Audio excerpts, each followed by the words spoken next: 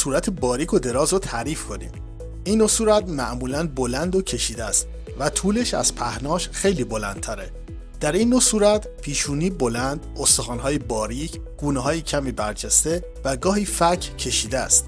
این فرم نشون دهنده ترکیبی خاص از شخصیت و توانایی هاست که میتونه تو زندگی شخصی و شغلی خیلی تاثیرگذار باشه.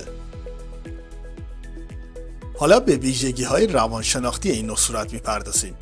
خلاقیت و تحلیلگری بالا. افراد با صورت باریک و دراز معمولاً ذهنی خلاق و تحلیلگر دارن. اونا عاشق حل مسائل پیچیده و پیدا کردن راه حل‌های نوآورانه هستن.